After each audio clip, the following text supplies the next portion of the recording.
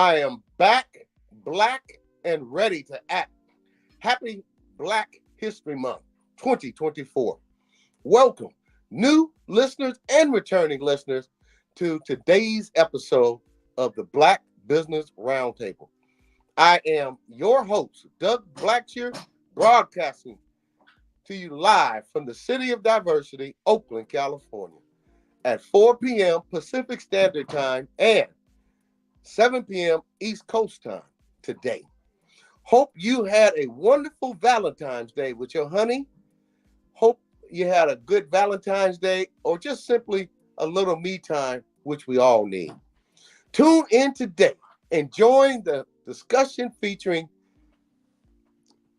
time with audience, I got to give the man props, with Honorable Council Member Kalimah Priforce of the city of Emeryville, California. He's an activist, educator, three-time entrepreneur, Black Afro-Latina, Buddhist, vegan, gamer, Democrat, just a kid from Brooklyn. His website is www.priforce.com. Instagram at Priforce, hashtag Priforce. Thumbs up and thumbs down is back. We have to start identifying these crooks and criminals who are politicians and business people who are pimping the system. And I just want to say this. I hope that once we identify who these players are, we stop patronizing their businesses. I will also touch on calling out local politicians and others in their determination to undermine our political process right here in the not all good in the hood Bay Area. Wake up, Bay Area, as Washington politricks. Yes, that's what they are. They're no more politics. They're politricks. Politricks of the previous administration. So keep that in mind. We have to get the politricks out and get the politics back in of the previous administration in Oakland, California. Also, it is here, right now. Right here, right now. We see it in campaigns to push out winners such as Pamela Price, our first elected district attorney in Alameda County, who was legitimately won her campaign. She is being recalled by losers. And on top of that, she is creating social justice for all people, not just the people who can afford it or white people, all people, black, brown, and others. Our judicial system has been inundated over the last decade for the lack of social justice, fair social justice. Visit her website and look at the numbers that she's putting up. So when they talk about she's not prosecuting people, that's a lie. That is a flat out lie. And they ought to be ashamed of themselves. The money that's going in to get her out of office is not even local money. Some of it's out of the state money. And so we need to look at her website. The numbers don't lie. It's like an account. Give you the numbers don't lie. All right. So let's get it started this week with the Black Business Roundtable. Thumbs up goes to dun, dun, dun, dun, Uber and Lyft drivers challenging billionaires. And I'm going to even throw in Amazon, because I think if you recall, we did a show last year on Amazon where an employee died because she wasn't properly equipped with the COVID protective stuff, and she died, leaving back a child motherless.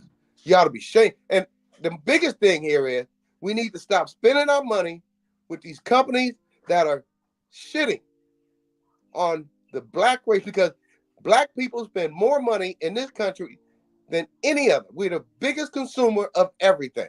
So, Amazon, I hope you're listening. And any of you other billionaire companies, I hope you're listening.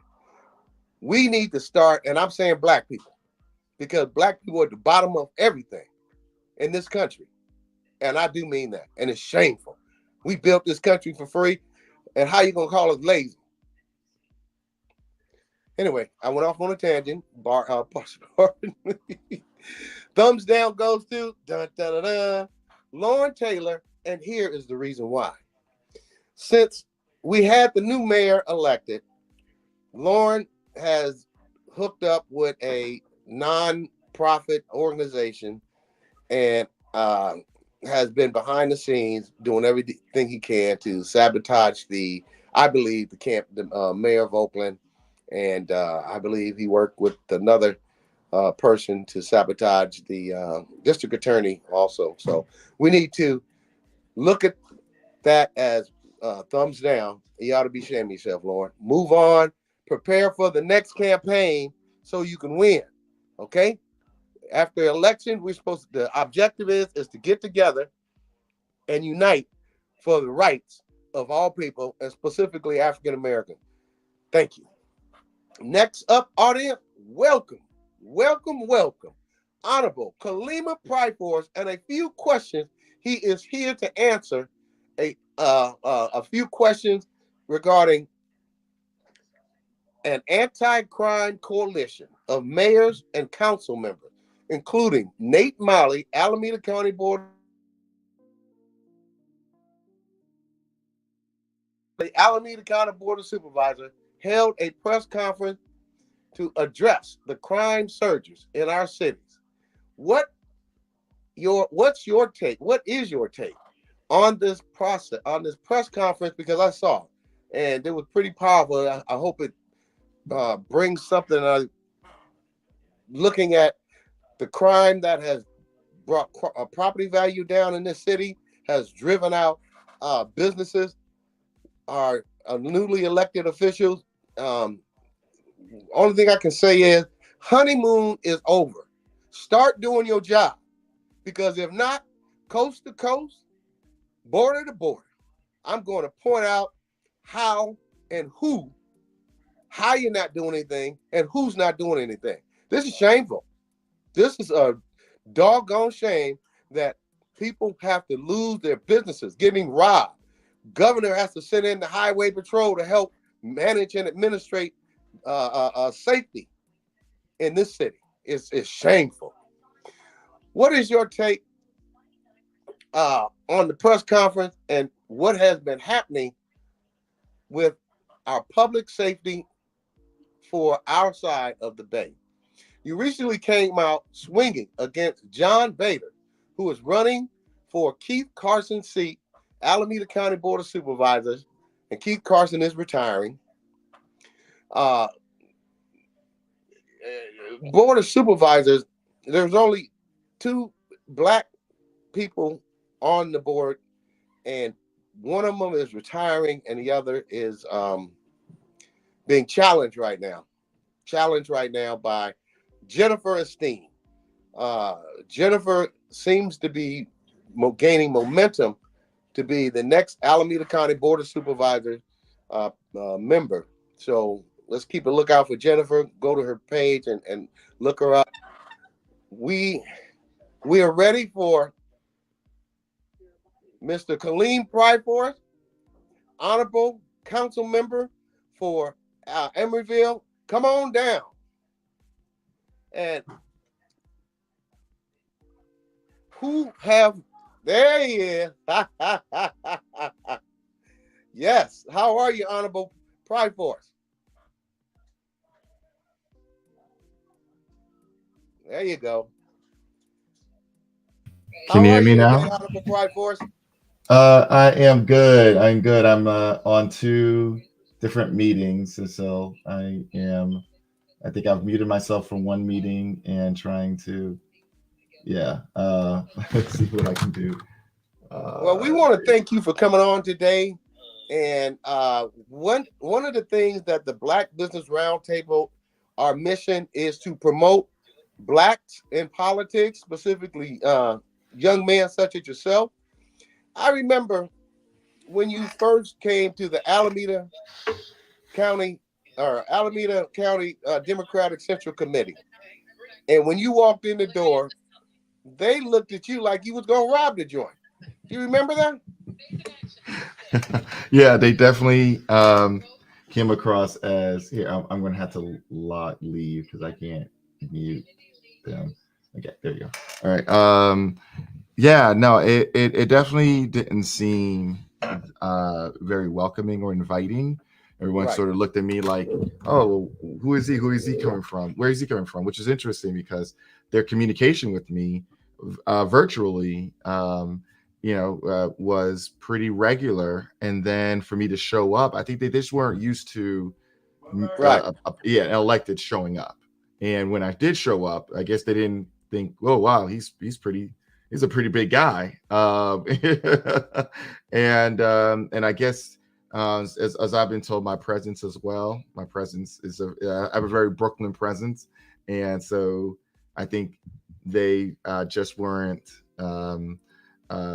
warm to that until you and Madam D.A. Price received me in a warmful manner and made sure that I was even able to even speak or say anything just to introduce myself. And I appreciate that.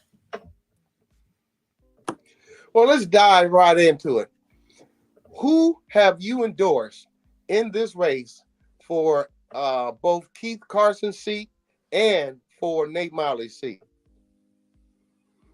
Oh, so with Carson's seat, I have not endorsed anyone. I have been reluctant to endorse because a big part of my interest in that seat has been making sure that John Botters, who is the council member for the city of Emeryville, and he's my colleague, and he was mayor during my first year in Emeryville, and mayor a couple of times while just my living in Emeryville, is a bad deal for Alameda County. And so I've been looking a lot at how the other candidates have been sort of campaigning and running against someone who is so far ahead of them financially when it comes to fundraising.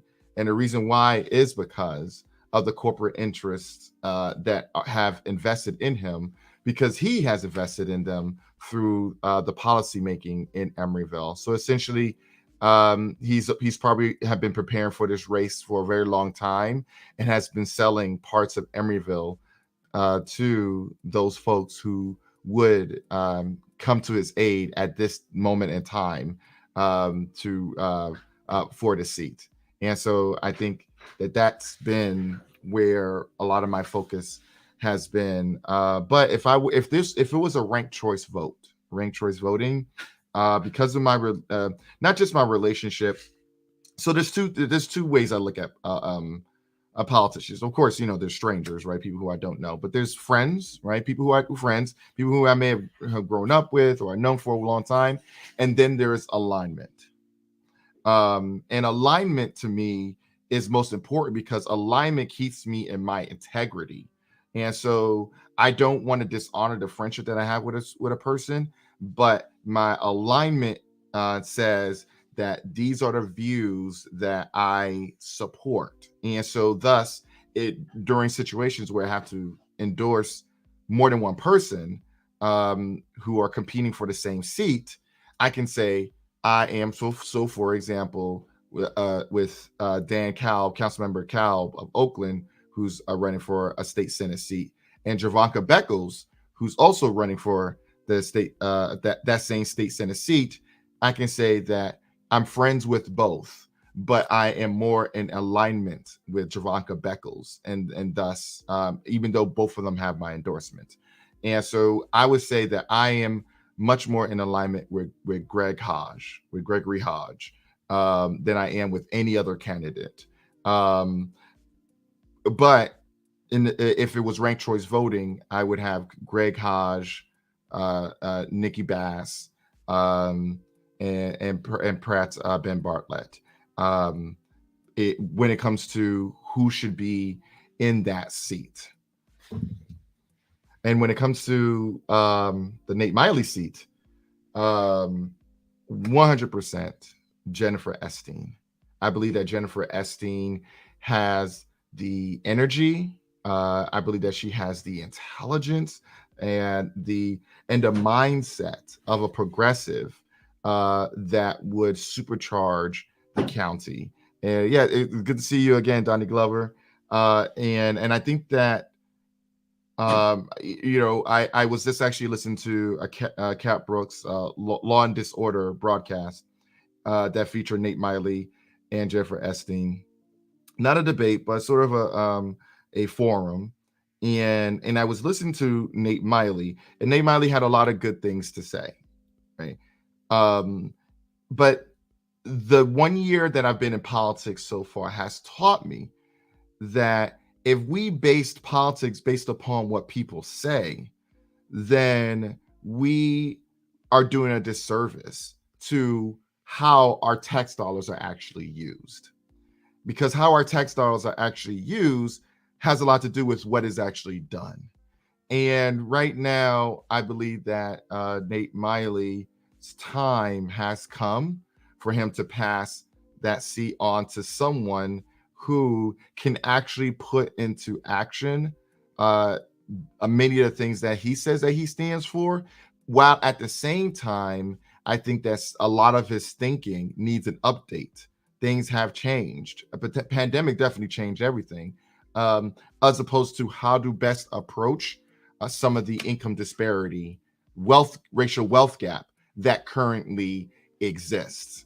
Everything from mental health to criminal justice reform to a lot of the issues into crime, right? Crime, everyone's talking about crime.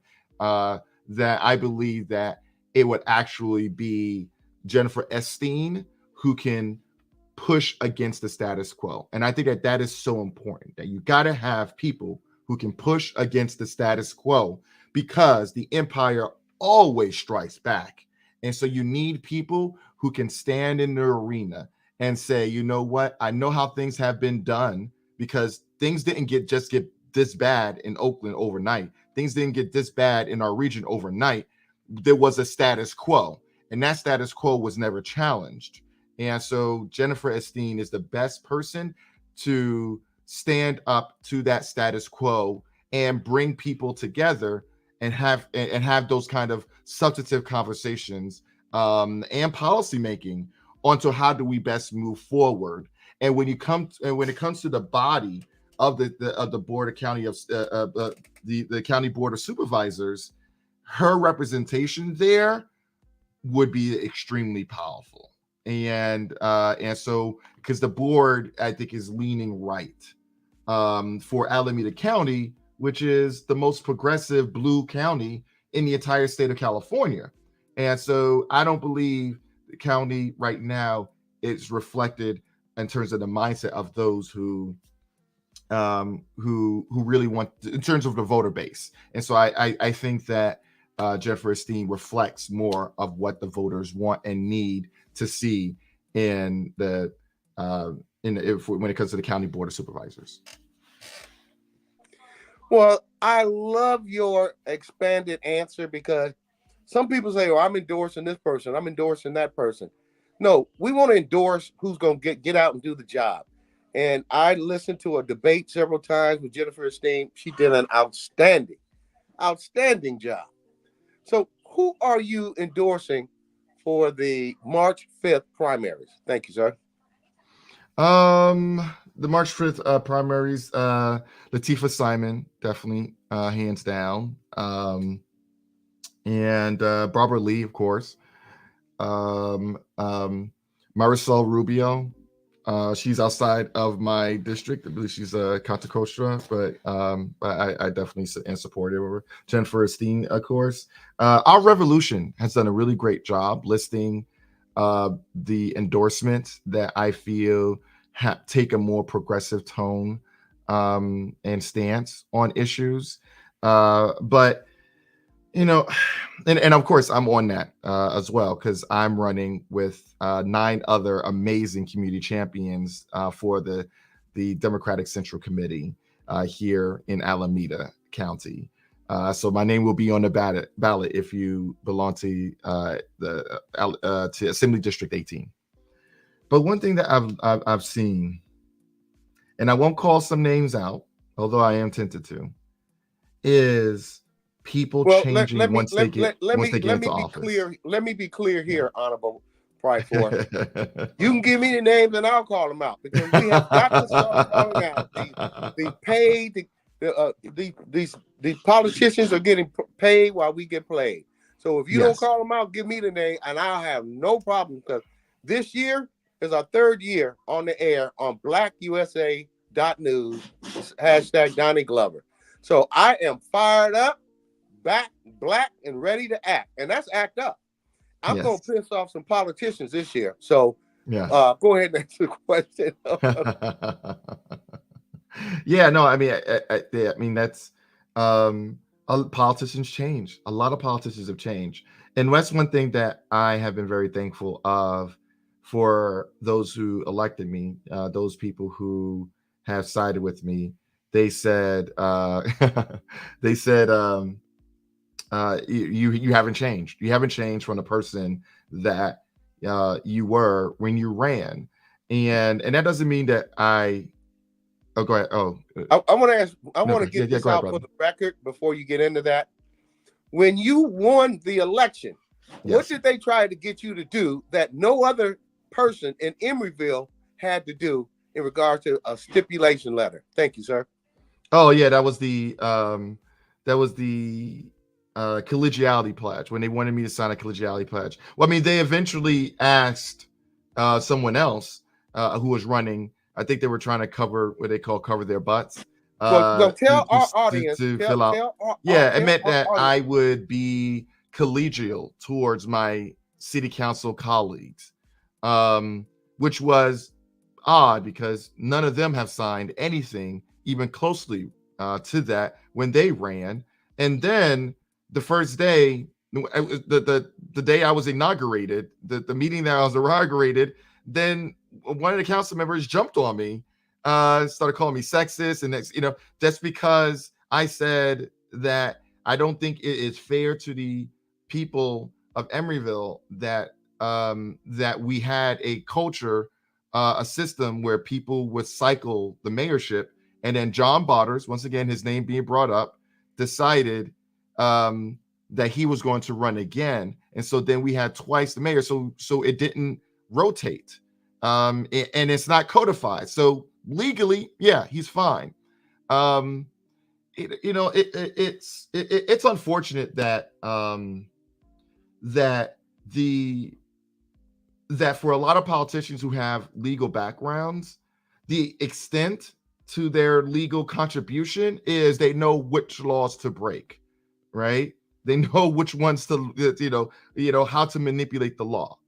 And so, but nothing groundbreaking, nothing that serves the people, nothing that actually says that you can interpret the law in a way that actually doesn't advantage you. And I think that is what I've seen a lot. I've just seen politicians who change once they get into office. And thankfully, I'm someone who, I adapt, I learn, I do learn, but I'm not going to change, my integrity. And that's because who I am was solidified long before I ever got into politics. Well, you are one of the few politicians who I can call and talk to and who I supported. I supported 6 people who ran: the district attorney, Johnny Ramachandran, Kevin Jenkins, Kalimah Priforce, Rebecca Kaplan, and Shane Tao. And I got to be honest, I can't wait till next election because I'm going to be lighting some folks up. When they want your vote, boy, they're very accessible. But once they But get it's in already too office, late, right? Now they're incumbents, right? Sorry to interrupt. no. Go ahead and say what you go Oh ahead and yeah, I say. mean, I mean that's the thing is that now it's an uphill battle, right? Right. Now we have to run people against them, but more than likely they're looking for higher offices, so they'll abandon their seats. But we have to run people against them after we told the voter base, hey, this person is progressive, and then they go into office. They either do two things: one, they switch their position and no longer progressive, right? They start making these deals. They start switching sides, and then, or they are quiet. They're silent, right? They kind of like just go with the flow. And so, in those names that you mentioned, I will mention the ones who I support, but there are a lot of names on that list now who I can say I'm friends with, but I'm not in alignment with. Well, let me be clear here. Everybody in Oakland is fed up with the administration, whether it be the mayor's office or whether it be city council people, because businesses are leaving. Black Bear Diner, gone. In and Out, leaving in March. Starbucks, all these are on that Hagenberger corridor as you get off the out of the Oakland International Airport. The businesses are closing up because crime is just astronomical. The chances of you getting robbed down on the Hagenberger corridor while you were in patronizing the businesses is shameful. And I mentioned this last week that Clorox and Kaiser is the biggest employer in the city of Oakland, are telling their employees, bring your lunch because you will get robbed. So next question is, what is the state of Black male participation in the Democratic Party nationally and locally? Thank you. So nationally, so this morning, actually, I think it was this morning or yesterday, may have been this morning. There was a anti-crime coalition of mayors and council members who gathered around the same place and made a bunch of statements. And so first of all, not everyone got the memo, right? So I was invited, not a whole lot, right? So this is like a more of a what they call it, a good old boys network, right? This is like a certain crew of politicians. And fortunately, I'm not a part of that crew. I'd never want to be a part of that crew because a lot of that crew, if not all, have deep ties with the real estate lobby, deep ties with corporate landlords and corporate developers. And that's why I can't roll with that. But for them to say, especially those who, like, for example, Nate Miley, who has been around as Oakland has faced all of these crime issues, that some of these politicians have been around while all this was happening. And then to see even my mayor there, right? And I'm like, wait a minute, public safety, what exactly have you done when it comes to public safety?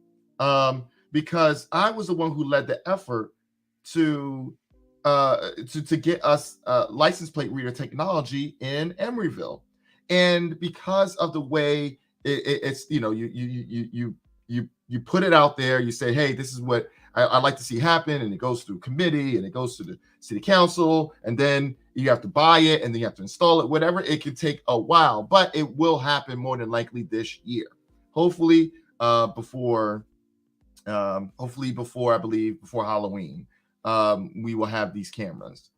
But who has been pushing that? And when it comes to our when it comes to our a crime in Emeryville, how is it that those who watch crime go up in Emeryville, who didn't really do or say anything as relates to our public safety, are the now ones claiming to be what, public safety champions? Really? Is that how the people look at you in Emeryville, that you're the public safety champion?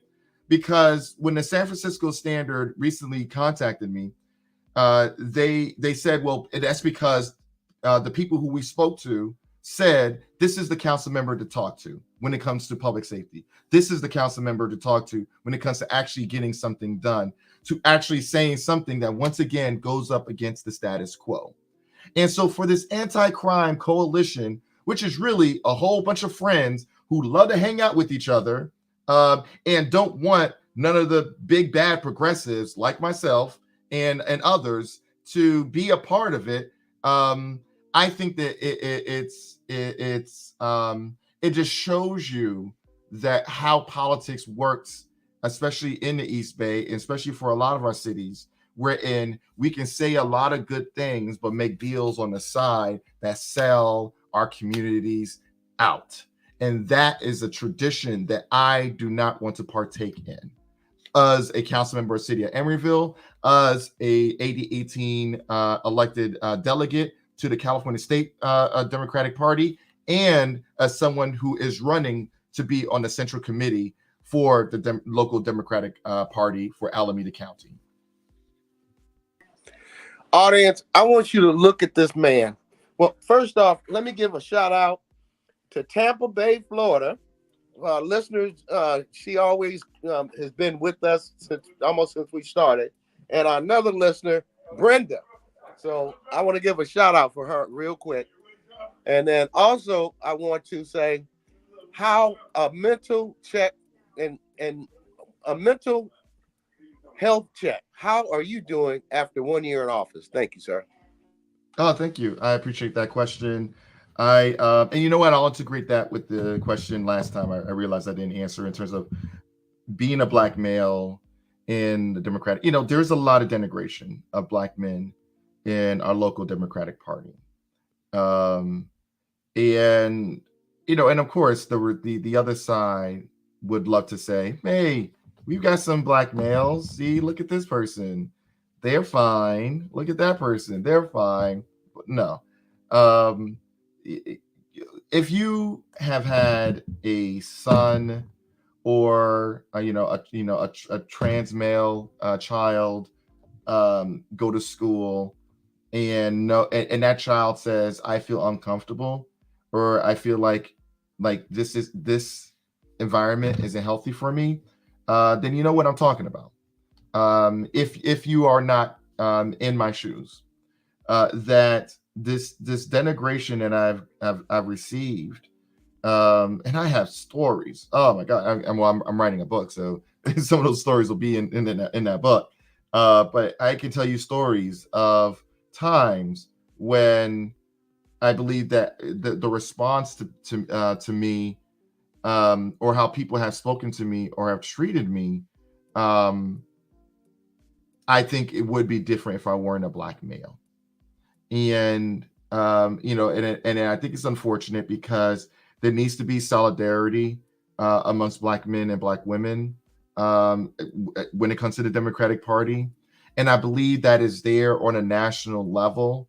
But Bay Area politics is a very interesting, it's interesting phenomenon that I believe comes out of the culture that is here, where the division that can sometimes happen in our communities is in the name of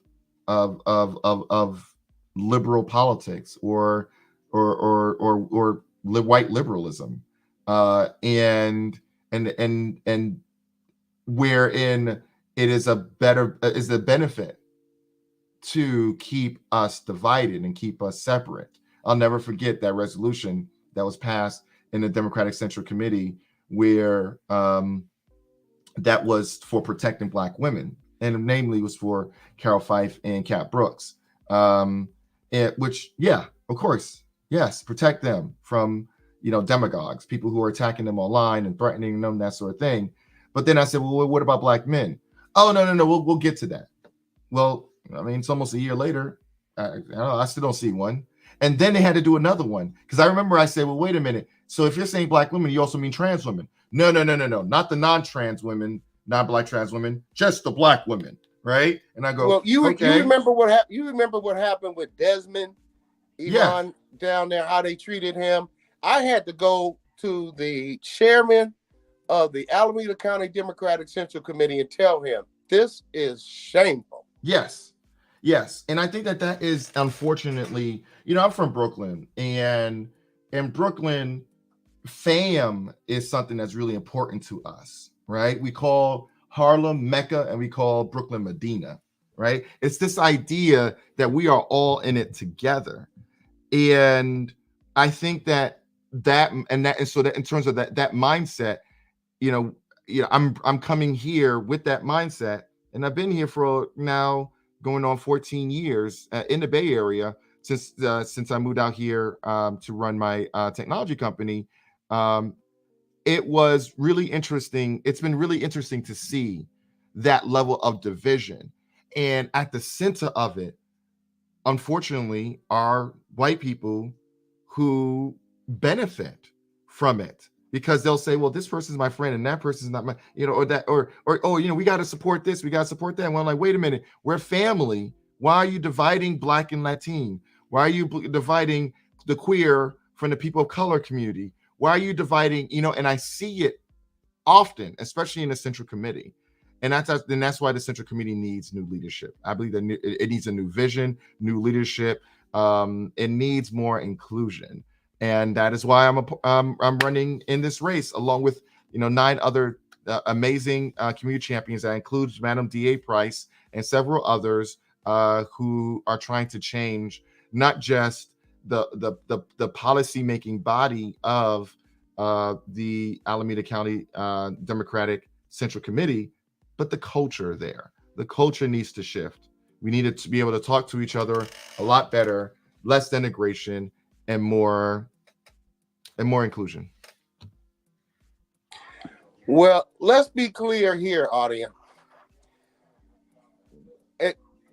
I am dismayed and disheartened at how Black men and women, because as I've said in previous podcasts, we Black men have to start protecting Black women, elected officials, and we need to start running. Black men need to start running for office because we don't have representation of where we're sitting at the table and we're not on the menu.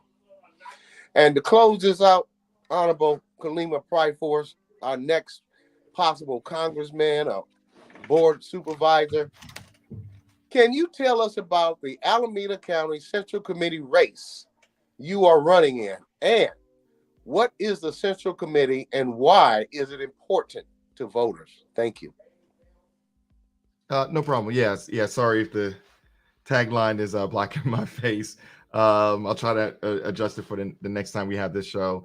But of course, thank you. Doug, Black Business Roundtable, all of you, Kim, all of you who have kept this show going and have created a platform for allowing our voices to exist, so that I can share that I'm very excited to be a part of this people powered progressives slate. People Power Progressive Slate has been running for several years and has increasingly made the Democratic Central Committee more progressive. And I think that's really important because to be a progressive, some people will say it's one thing, but that I am a progressive. And I also stand on certain issues, like making sure that our streets, our schools, our homes are safe.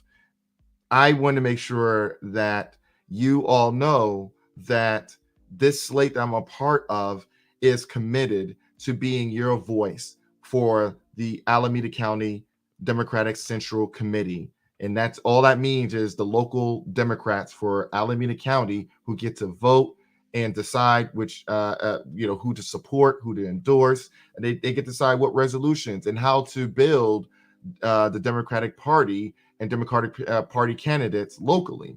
And so the next Trayvon Martin is coming. All right, the next Trayvon is coming. It's just a matter of time.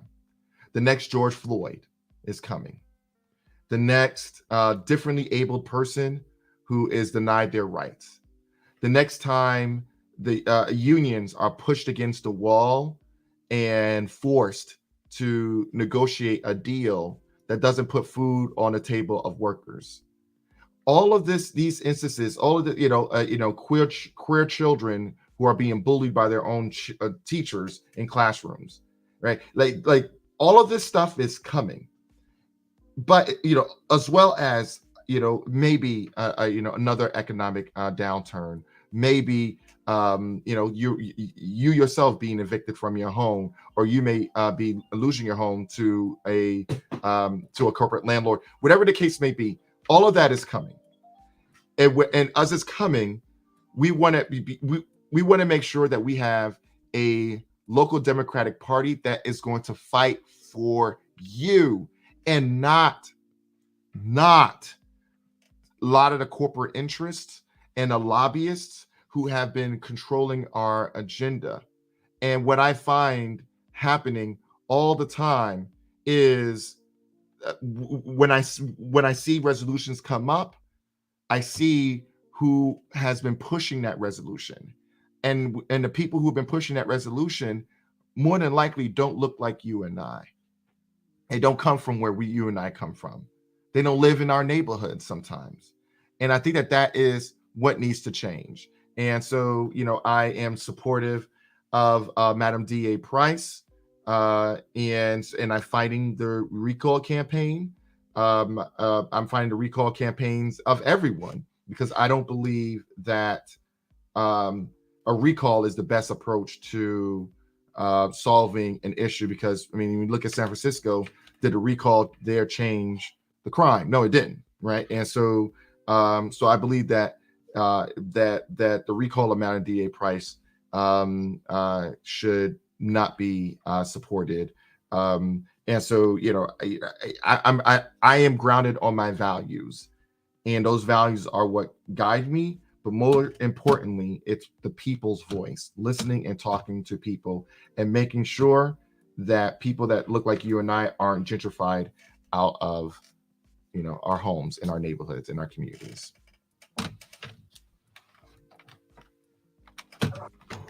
All right. The gentleman who's leaving, I'm having some work done on the house. One is Don of Don's Electric. Say hi. And this is a point of the Black Business Roundtable. There are good Black contractors out there, electrical, carpentry, roofing, but plumbing.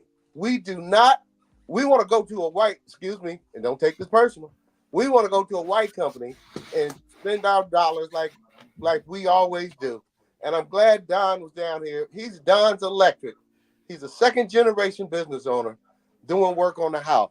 And I wanted my audience to see, I don't just talk Black Business Roundtable. I practice Black Business Roundtable. Electrical contractor. And he's one of the best electrical contractors around, doing work for Nissan and other big corporations, commercial and residential. So the point I'm making here is, we got to start spending our dollar in the Black community, Black businesses, on Black services. White people you rarely see a white person using a Black company. So I wanted to point that out as we close this out today. Last but not least, let me make a comment on the recall election, such as Pamela Price. I got to make a comment. And I want you to be here, because there's one other thing before you get off. I feel, and we're working with 15 minutes. I feel it's shameful. It's shameful that we're going after this Black first woman DA who was elected by the people overwhelmingly. And I'm glad that you working with her, because I've seen you at several different events when she's up on the stage with a PowerPoint presentation with the police chief of Oakland and other law enforcement agency. And as we close out, today is my father's birthday. He passed away 10 years ago. He would be 83 years old. And I just want to say, Dad, I love you. If you go to my Facebook page, and I think I'm going to post him on LinkedIn too, but my father is the reason. He never gave up on me. He never, he always, my dad is my hero.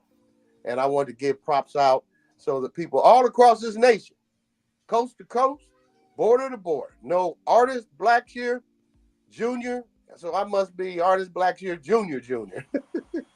But he passed away 4 years ago, and I just wanted to get props out to him. Honorable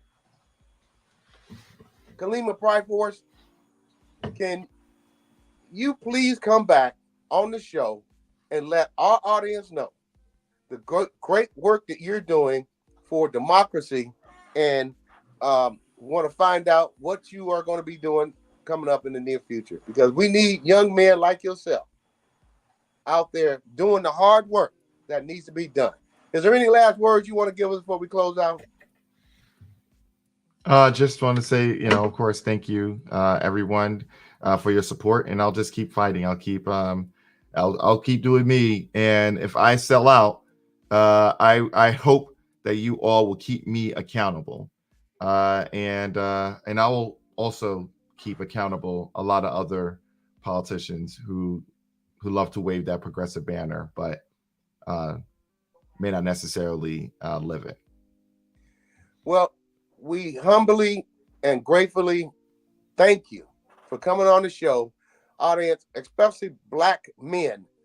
This brother, within 3 years, coming here from Brooklyn, New York, came to the Alameda County Democratic Central Committee, walked in with a walking stick, big walking stick, and within 2 years, got elected to city council. So we want to thank him for being here today as he's left the stage.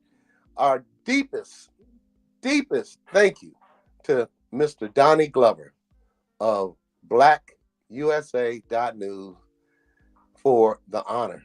The honor, Doni. It has been an honor to work with you on the Black Business Roundtable, hosting it, being a part of our growing network dedicated to bringing the real unfiltered news before the news. Hashtag BlackUSA.News, hashtag Doni Glover. Continue sharing. Hashtag Stand with Carlton of Raleigh, NC 2022. Once again, Stand with Carlton of Raleigh 2022. Stand with Carlton of Raleigh, NC 2022.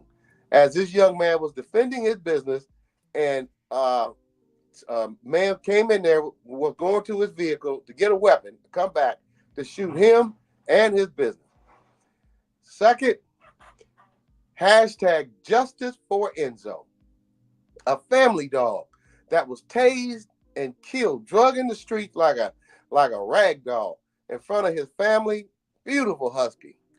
And once again, that's hashtag Justice for Enzo, as down at the bottom of the screen. Boycott Lodi, California, and let them know that we love our animals, and we feel that was just disgraceful. If you want to be in the know and reach our audience, then join our BBRT advertising family, or to be a possible guest on the show, reach us via our email, bbrt2021@hotmail.com. Include your company name, address, website, company phone number, and social media page info to our email address, bbrt2021@hotmail.com for vetting consideration. And I just want to give a couple of shots out, because we look like we are wrapping it up now. I've honored my father, once again, Artist Blacksher Jr., greatest man I've ever met. He passed away 10 years ago. He would be 83 now. Dad, I know you're looking down because you never gave up on me. You always watched my back and had my back. And I'm going to continue to do the best I can to represent your name, Artist Blacksher Jr.